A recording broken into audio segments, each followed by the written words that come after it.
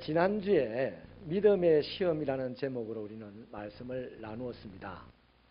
아브라함은 인생의 최고 절정기에서 독생자 이삭을 번제라 바치라는 하나님의 요구를 들었죠. 가장 멋스럽게 가장 훌륭하게 예배를 드리는 그 순간 하나님은 너무나 놀랍게도 아들을 불에 태워 바치라는 그런 요구를 했습니다. 그런데도 아브라함은 순종했죠. 항변하지 않고 지체하지도 않고 적극적으로 순종하였습니다. 내 자식보다는 하나님의 명령을 더 귀한 것으로 여겼던 것이죠. 결국 아브라함은 하나님의 시험을 통과하게 되었습니다. 이것을 아브라함의 일, 믿음의 조상의 일이라고 여긴다면 우리는 참으로 곤란한 하나님의 백성들입니다. 저와 여러분도 세상을 살면서 여러 가지 많은 시험을 당하게 되죠. 어떻게 하면 그런 시험들을 이길 수가 있겠습니까? 아브라함처럼 해야만 이깁니다. 아브라함처럼 하지 않고는 절대로 이길 수 없는 것이 시험이죠. 더더군다나 하나님의 시험이라면 그렇습니다. 하나님을 절대 신뢰한다. 하나님이 요구하신 말씀에 적극 순종한다. 하나님을 어떤 것보다도 최고로 더 사랑한다. 이 세 가지 믿음의 비결만 가지고 있다면 그는 반드시 모든 시험을 이길 수가 있습니다. 그런데 부담스러워 가지고 이 세 가지 비결을 자꾸 안 가지려고 그래요. 하나님의 말씀에 즉각적으로 순종해야 되겠다. 하나님을 절대 신뢰해야 되겠다. 하나님을 최고로 사랑해야 되겠다. 요걸 가지지 않으면 우리는 그냥 그만하게 살다가 맨날 세상에서 뒤처진 자 되고 맙니다. 아브라함처럼 하셔야만 시험을 이길 수가 있어요. 하나님께서는 이런 믿음 위에 축복을 하시고 또 평안도 주십니다. 그냥 입으로 믿습니다, 믿습니다 이러는 사람에게 축복을 주시거나 평안을 주시지는 않습니다. 시험을 이겨내는 사람에게 축복도 주시고 평안도 주시는 거예요. 어떤 집사님께서요, 믿음의 일기를 쓰시는 분이 있는데 참 감동이 되어가지고 제가 좀 옮겨왔어요. 읽어드릴게요. 나는 설교 말씀 가운데 즉시 즉각이라는 말이 늘 마음에 걸렸다. 그래서 말씀을 대할 때마다 거부하거나 무시하면서 순종하는 것을 지금까지 피해왔다. 하지만 이번에는 적극적 순종이라는 이 말씀의 은혜를 받아서 내 삶에도 한번 적용을 해보기로 했다. 하고서 이제 씁니다. 주일 저녁 전도사님께서 다음 주일 부감 선생님과 지휘자 선생님이 계시지 않으니까 유년부 찬양을 준비해 주세요 라고 하셨다. 내가 성대 결절에 걸린 지 벌써 2년이다. 소리가 나지 않아 성가대를 그만두었고 나는 수없이 울었다. 이제는 누구 앞에서 찬양하는 것이 무섭기만 하다. 하지만 이번만큼은 순종하기로 했다. 하나님을 신뢰하기에. 이게 이제 주일날 일기입니다. 월요일 길을 가다가 별로 전도하고 싶지 않은 내가 미워하는 사람을 만났다. 하나님께서 내 마음에 전도해야 된다는 생각을 강하게 불어넣어 주셨다. 적극 순종하고 전도했다. 놀랍게도 그분이 아들과 함께 다음 주에 우리 교회에 오신다고 한다. 부담스럽다. 화요일 제자훈련 후에 아는 집사님 댁에 잠깐 들렀다. 그런데 하나님이 내 마음에 이 집사님을 위해 기도하기를 원하신다는 강한 마음을 주셨다. 적극 순종하는 마음으로 기도를 드렸다. 이 집사님은 나보다 훨씬 더 신령한데 펑펑 눈물을 쏟으며 내 가슴에 안겼다. 야, 즉시 순종하여 누린 기쁨이 내게 이렇게 큰 줄 미처 몰랐다. 그 집사님은 하루하루 이렇게 순종한 일기를 이렇게 기록을 해 나가고 계십니다. 우리 성도는 아니에요. 우리 교회 이런 분이 있으면 좋겠어. 여러분 가운데 이렇게 한번 신앙에 적용을 해보실 분 안 계십니까? 믿음으로 순종하는 사람은 매일매일 하나님의 선하심을 맛보게 됩니다. 틀림없어요. 그러나 순종하지 않는 믿음은요, 행함이 없는 믿음입니다. 야고보 사도가 걷기를 죽은 믿음이라 그랬습니다. 여러분, 죽은 나무에 열매 맺힌 것 봤습니까? 그러므로 죽은 믿음에 열매 맺힐 일이 없고, 죽은 믿음에 하나님이 축복하실 일도 없고 평안을 주실 일도 없어요. 그래서 이 시대를 살아가는 많은 개신교인들이 이런 죽은 믿음, 행함이 없는 신앙생활을 하기 때문에 하나님의 열매 없이 그냥 살아가고 있습니다. 그 증거가 답답합니다. 인생이 불편합니다. 교회를 가도 재미가 없어요. 사실 성경 창세기서부터 계시록까지 나오는 모든 위대한 하나님의 사람들은요, 전부 다 하나님에 대한 절대적인 신뢰를 가지고 있던 사람들입니다. 그래서 그 복으로 살았어요. 하나님을 적당하게 믿고 대충 믿고 그냥 뭐 이렇게 해서 복 받은 사람은 없어요. 위대한 사람은 더더군다나 없어요. 노아를 보십시오. 하나님께서 산 위에다가 배를 지으라고 말씀을 하셨습니다. 그런데 자그마치 120년 동안 지어야 될 큰일입니다. 보통 사람은 할 수 없는 일이에요. 그러나 노아는 하나님의 말씀에 믿음으로 순종했습니다. 눈 뜨고 들으세요. 눈 뜨고 들으세요. 눈 뜨고. 저를 보시고 들으세요. 여러분, 그랬더니 모든 인류가 물에 잠겨 죽는 그날 이 노아와 그 가족은 하나님의 구원을 받았습니다. 그리고 새로운 인류를 창조하는 하나님의 일에 동력자로 쓰임을 받은 거죠. 여러분, 요셉을 보십시오. 요셉이 애굽에 팔려가 가지고 17년을 노예로 죄수로 지냅니다. 그런데 그때 어떻게 살았습니까? 기가 막힌 그 상황에서도 하나님을 절대 신뢰하고 살았어요. 그럴 때는 하나님께서 거기서 건져내서 가지고 총리로 세우셨는데 80년을 총리 생활을 합니다. 17년 노예 생활은 아무것도 아니에요. 80년을 총리 생활을 했을 뿐만 아니라 그 이후에도 자기 가족들을 애굽으로 불러다가 이스라엘이라는 큰 민족이 되는데 토대를 쌓아 주었지 않습니까?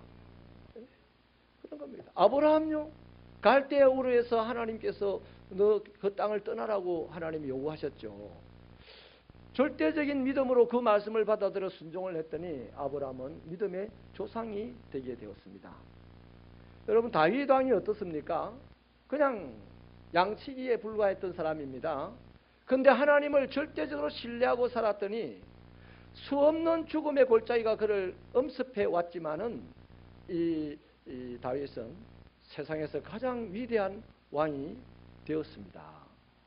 여러분, 신약 성경에도 이런 인물들이 엄청나게 많습니다. 다들이 그들의 믿음으로 복을 받았다는 사건들을 신약도 보여주고 있어요. 여러분, 오늘 우리가 읽었던 이 본문 말씀도 아브라함이 믿음으로 순종하여 복을 받았다는 내용이죠. 사실 독생자 이삭을 바치라는 이 시험은 사람 아브라함에게는 너무나 힘든 시험이었습니다. 하나님을 사랑하느냐, 독자 아들을 사랑하느냐, 양자택일의 문제죠. 놀랍게도 아브라함은 이삭을 제단에 올려서 하나님께 바치려고 했습니다. 하나님이 그를 급하게 막죠. 이제 됐다는 거죠. 확인이 끝났다는 말씀입니다. 그래서 하나님이 준비하신 수양으로 제사를 드리게 된 것이죠. 여러분, 아브라함의 시험을 잘 들여다보면 이 시험은 지금 저와 여러분도 당하고 있어요. 어떻게 당하고 있습니까? 하나님이냐 가족이냐, 하나님이냐 사업이냐, 하나님이냐 물질이냐, 하나님이냐 네 자존심이냐, 이런 식으로 하나님이 당한 그 시험을 똑같이 우리도 지금 당하고 있어요.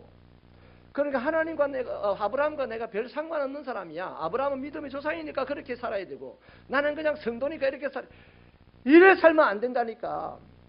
뼈를 깎아서라도 아브라함처럼 살려고 해야 된다니까. 아멘이십니까? 여러분, 그럴 때에 아브라함은 어떻게 선택합니까? 우리는 어떻게 선택을 했습니까? 아브라함은 우리와 다르게 하나님을 선택했습니다. 때문에 아브라함은 하나님도 누렸고 이삭도 복의 사람으로 키울 수가 있었어요. 만약에 아브라함이 이 시험을 받았을 때에 이삭을 끼고 돌았다면 틀림없이 하나님을 잃었을 거예요. 하나님만 잃고 이삭은 잘 키웠을까요? 우리 다 경험해보지 않습니까? 자식 농사만큼 힘든 것이 어디 있어요? 이삭 잘 크지도 않았을 겁니다. 아브라함은 이렇게 해서 먼저 하나님을 선택을 하였기 때문에 이삭도 지킬 수가 있었어요.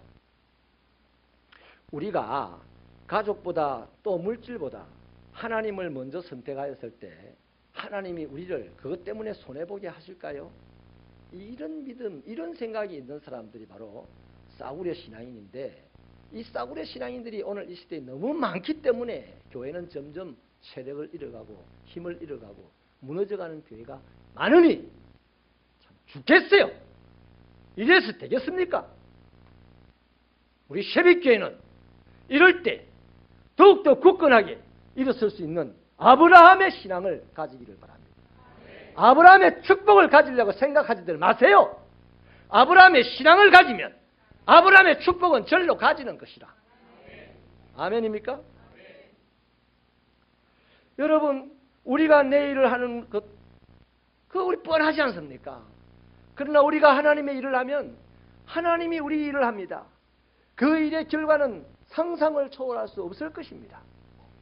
내가 하나님을 선택할 때에 드디어 그 사람만 하나님이 창세전에 자기를 선택한 것을 알게 되는 거예요. 하나님이 우리를 선택했다. 그냥 신학입니다.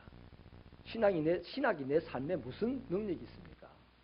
내가 하나님을 선택할 때 드디어 이 하나님이 나를 선택한 것이 창세전이었구나 하는 것을 깨닫게 되고, 하나님과 내가 손잡고 살아가는 그 인생이 되니 얼마나 행복하며 얼마나 능력이 있으며 얼마나 세상을 휘두르면서 살아갈 수가 있겠냐 이 말이죠.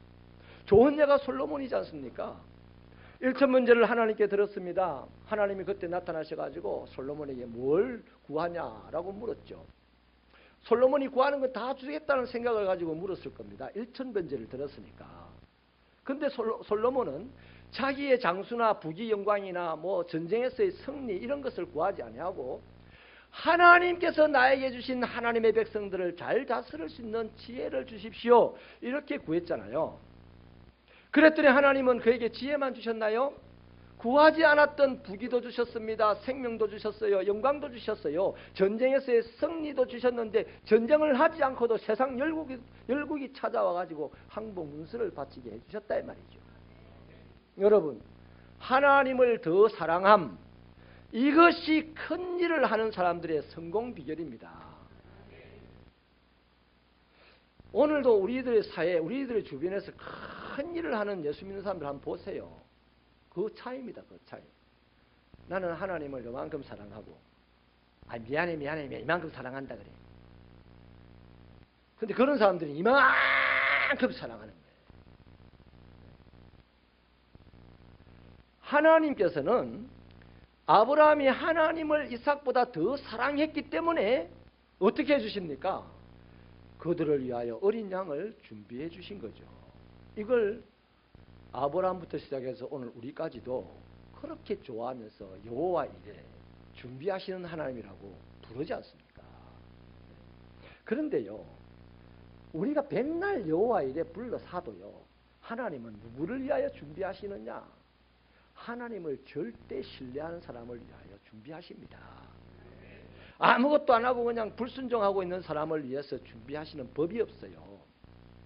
믿음으로 하나님을 사랑하고 믿음으로 하나님의 말씀에 순종하는 만큼 하나님은 그 사람의 앞길을 준비하시고 예비하시고 거기로 인도해 가시는 거예요. 만약에 우리가 아무것도 하지 않고 열중시하고 있는데 하나님이 종처럼 나타나서 우리의 앞길을 준비해주고 우리를 인도해 가신다면 그건 절대로 기독교가 믿는 하나님이 아닙니다. 알라딘에 나오는 그 요술램프에 나오는 지니에 불과한 거예요. 우리가 여호와 이레 준비하시는 하나님을 믿게 되면요, 우리 안에는 이런 특징들이 나타납니다. 인생을 쭉 살아가면서 점점점 조급함 같은 거, 염려 같은 거, 근심 같은 것들이 슬슬슬 사라집니다. 그 하나님을 절대 신뢰하는 사람이 살아가는 인생길에는요, 그런 것들이 붙어 있을 수가 없어요. 그래서 어제도 하나 빠지고 오늘도 하나 빠지고 내일도 하나 빠지고 점점 시간이 흘러가면서 다 빠져나가고 나는 멋진 하나님의 사람이 되는 거예요. 이사야서 26장 3절은 그걸 이렇게 설명을 하죠. 주께서 심지가 견고한 자를 평강하고 평강하도록 지키시리니 이는 그가 주를 신뢰함이니이다.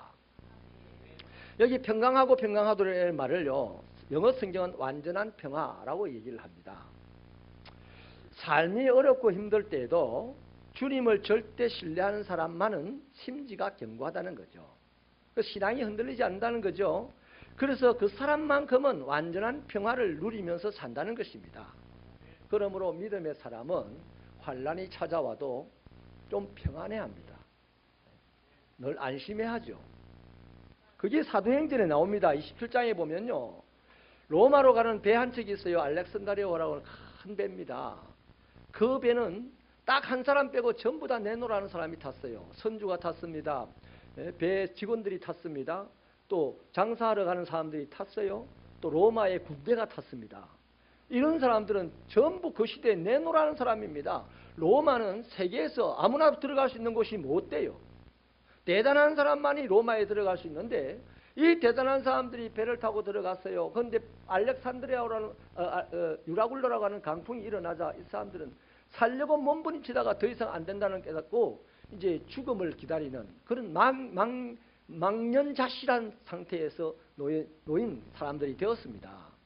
그런데 그 중에 한 명, 이 바울은 수갑을 차고 있습니다. 배의 가장 밑창에 갇혀 있습니다. 아무것도 할 수 없어요. 파도 앞에서 자기를 살리기 위해서 할 수 있는 일이 아무것도 없는 사람입니다. 그런데 세상에 이 사람이 벌떡 일어나 여러분 안심하세요 라고 말하면서 나는 나의 하나님을 믿습니다 이렇게 얘기하는 거예요. 그리고 파선이 됐습니다. 배는 다 부서졌지만 한 사람도 죽지 아니하고 모두가 로마에 들어가게 되죠. 하나님께서 그 풍랑 앞에서 다 죽겠다고, 돈 믿던 인간도 죽겠다 그러고 권력 믿던 인간도 죽겠다 그러고 힘 믿던 인간도 죽겠다고 지금 망년자실한 그 상황에서 아무것도 아닌 이 사람이, 하나님을 믿는 이 사람이 괜찮다고 그러니까 하나님이 기분 좋겠어요 안 좋겠어요? 그래서 그들을 다 바울의 말대로 살려주신 거다 이 말씀입니다. 그래서 바울이 로마에 들어가 가지고 죄수로 살면서도 셋집에 새를 얻고 말이죠. 그렇게 복음을 전하는데 사도행전 마지막에 뭐라 합니까? 복음을 막는 사람이 하나도 없더라. 여러분, 아브라함도 보통 사람이 상상할 수 없는 시험을 당했잖아요. 그러나 아브라함은 하나님에게 시험을 당했지만 그 시험에 푹 빠져들지는 않았습니다. 따라하십시다. 주여 시험에 들게 하지 마옵시고.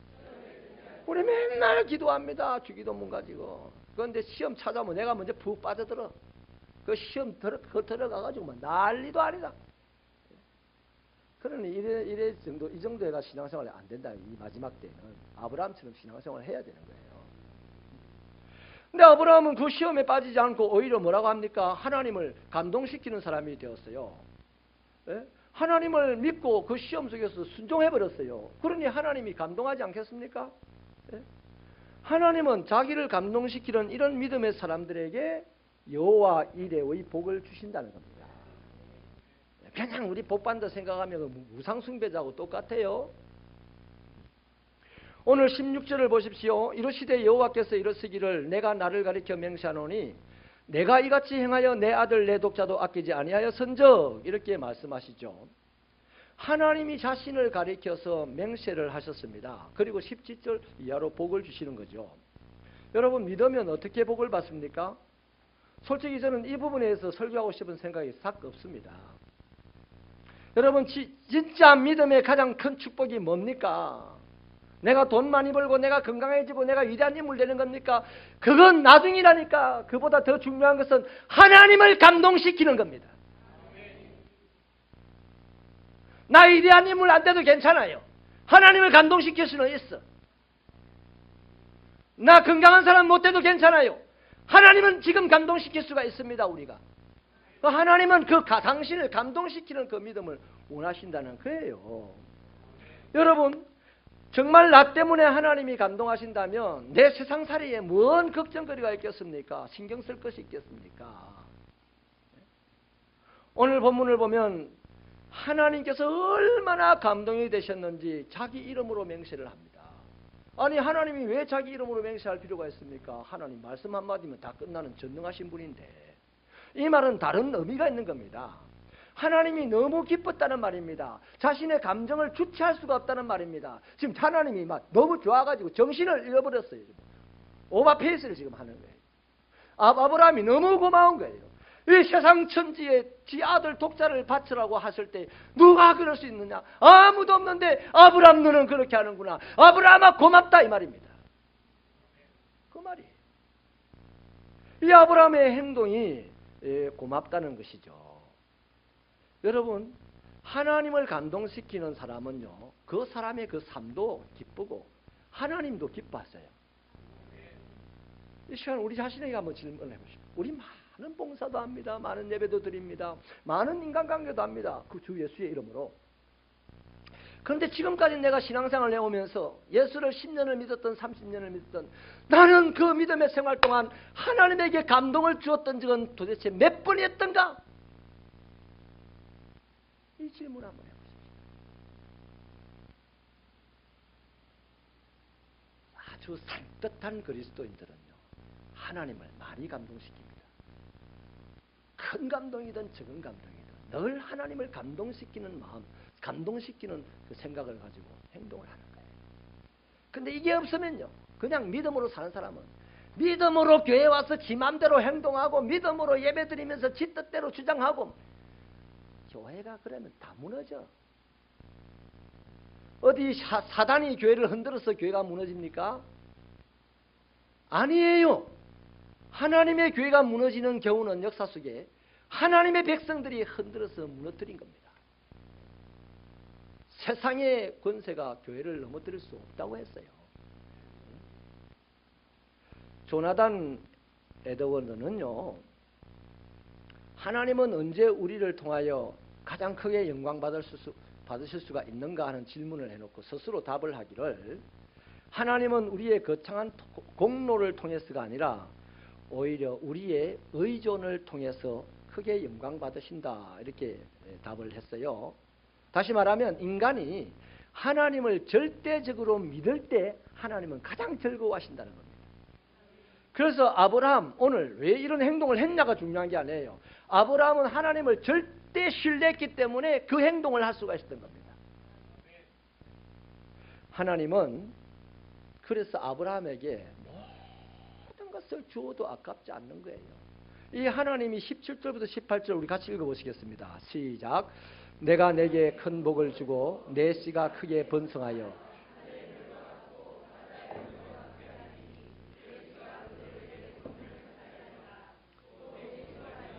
천하 만민이 복을 받으리니 이는 내가 나의 말을 준행하였음이니라 하셨다 하니라. 이거 솔직히 우리는 대단한 거지만 하나님에게는 이거 대단한 거 아니에요. 그죠? 하나님은 감동이 되니까 아브라함에게 이런 거 다 주고 싶은 거예요. 뭐 한마디로 이 복이 뭡니까? 자식에게 복을 주고 자식을 통하여 천하 만민이 복을 받게 되는 거죠. 이거 우리가 원하는 거 아닙니까? 우리가 우리 자식에게 그렇게 기대하는 거 아닙니까? 그렇게 되기를 바라서 우리는 목숨 걸고 자식을 기르는 거 아니에요? 네? 여러분, 그렇습니다. 왜 이런 복을 하나님께서 주시려고 할까요? 하나님이 감동이 되었기 때문이에요. 그러니까 저와 여러분의 신앙생활이 하나님을 감동시키는 신앙생활이 되시기를 축원합니다. 솔직히 우리 시대는요, 감동이라는 단어가 많이 사라진 시대에 살고 있습니다. 만약에 남편이 아내를 감동을 시키고 아내가 남편을 감동시키는데 하루에 집에서 한 번만 있어봐요. 한 번만 그런 식으로 있다 해도 그 집은 너무 행복한 집이 될 겁니다. 아름다운 집이 될 겁니다. 부모가 자식을 감동을 시키고 자식이 부모를 감동시키는 이런 집은요, 자식이 멀리 떠나가지 않고 어쩌면 부모 곁에서 살라고 애를 쓸 겁니다. 대통령이 장관을 감동시키고 장관이 대통령을 감동시키면 아무 관계도 없는 국민들이 좋아서 난리를 칠 겁니다.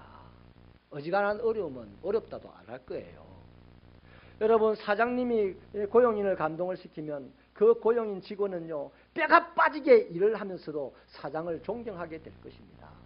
여러분, 사람과 사람 사이에도 이러한 감동이 있으면 이렇게 좋은 세상이 되는데, 사람이 하나님을 감동시킨다면 어떻게 되겠습니까?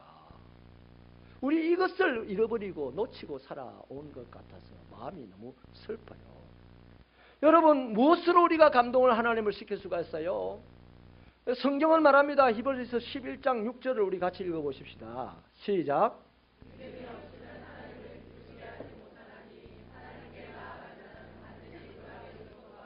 또한 그가 자기를 찾는 자들에게 상 주시는 이심을 믿어야 할지니라. 아멘. 하나님 다른 거 아니랬습니다. 그냥 자기를 믿고 자기에게 나오는 자. 그런데 우리가 왜 하나님을 못 믿습니까? 우리가 왜 하나님께 나가지 못합니까? 바빠서 안 된대, 슬퍼서 안 된대, 힘들어서 안 된대, 기분 나빠서 안 된대. 그럴수록 더 우리는 하나님을 믿고 더 하나님 가까이 나가야 되는데 그런 것 때문에 안 된다는 거야.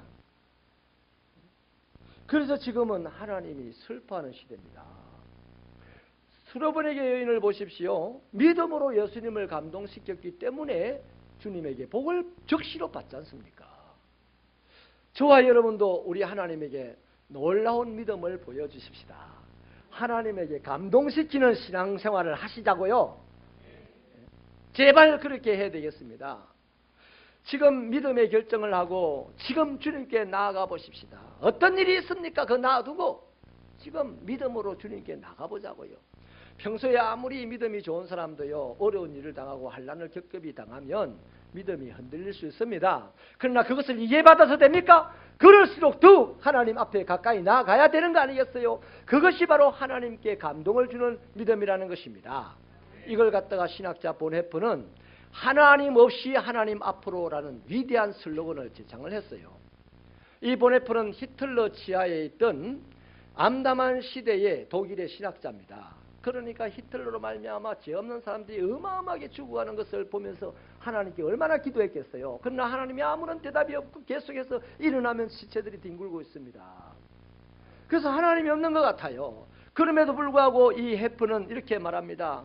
나는 하나님 아버지 앞으로 가겠습니다. 하나님이 어떠한 기적을 베푸시지 않는다 하더라도 나는 하나님을 믿을 것입니다. 이것이 바로 하나님 없이 하나님 앞으로라는 슬로건이 나온 계기입니다. 여러분, 예수님도 그랬어요. 엘리 엘리 라마 사박다니, 이렇게 주님에게 하나님에게 외칠 때에 그 상황은 하나님이 안 계신 것 같은 상황이었습니다. 그럼에도 불구하고 예수님은 뭐라고 합니까? 곧바로 그러죠. 다 이루었다. 내 영혼을 아버지께 부탁하나이다. 이렇게 말합니다. 이것이 바로 하나님 앞으로라는 것이죠. 여러분, 하나님이 없는 것 같은 상황에서도 하나님 앞으로 나아갔을 때 예수님은 부활의 영광을 누리게 되었고 만물과 교회의 주인이 되었지 않습니까? 하나님이 내 눈에만 안 보일 뿐이지 안 계시긴 뭘 안 계셔. 시퍼렇게 살아있어요. 오늘 또 도울 자를 찾고 계십니다. 오늘 우리도 때로는요, 아무것도 준비되어 있지 않는 그런 상황에 놓일 때가 있어요. 아브라함도 그랬지 않습니까? 이삭을 데리고 모리아 산으로 갈 때 사흘 길이었어요. 사흘 동안 눈을 뜨고 가는데 뭐를 찾았겠습니까? 가면서 재물이 어디 안 나오나? 하나님 주시는 재물이 어디 안 나오나? 양이 한 마리 보이면 하나님 주신 거 아닐까? 이마에 안 써놨어. 이삭 대신이라고. 가도 안 나와. 그렇게 바라는 것들이 안 나와. 그래서 결국 목적지까지 도착했습니다. 할 수 없습니다. 하나님을 믿으니 이삭을 주게 했습니다. 그때 칼을 들었지 않습니까? 아무것도 안 보입니다. 하나님도 안 보입니다. 그래도 하나님 앞으로 나아갔습니다. 그 지점에 하나님이 정한 시간에 하나님은 당신이 우리를 위하여 준비해 놓은 것이 있다는 것이죠. 하나님 앞으로 안 나가면 못 만나는 거지. 하나님 앞에 나갈 때요, 참 우리 말씀하고 좀 외진 것입니다만 그 아들 이삭도 대단하지 않습니까? 이삭이 10살이 훨씬 넘었을 때 지금 이 사건이 일어났으니까 아브라함은 110살이 훨씬 지났어요. 여러분, 110살의 이 노인이 10몇 살 먹는 이삭을 어떻게 밧줄로 묶고 어떻게 그 불을 피울 제단 위에다가 올리겠습니까? 이 피가 펄펄 끓는 젊은 아이가 뿌리치면 그만이잖아요. 이 할아버지가 칼을 들 때 이 아이가 왜 이러세요? 이러면 그만이잖아요. 그런데 이 아들 이삭도 가만히 있어.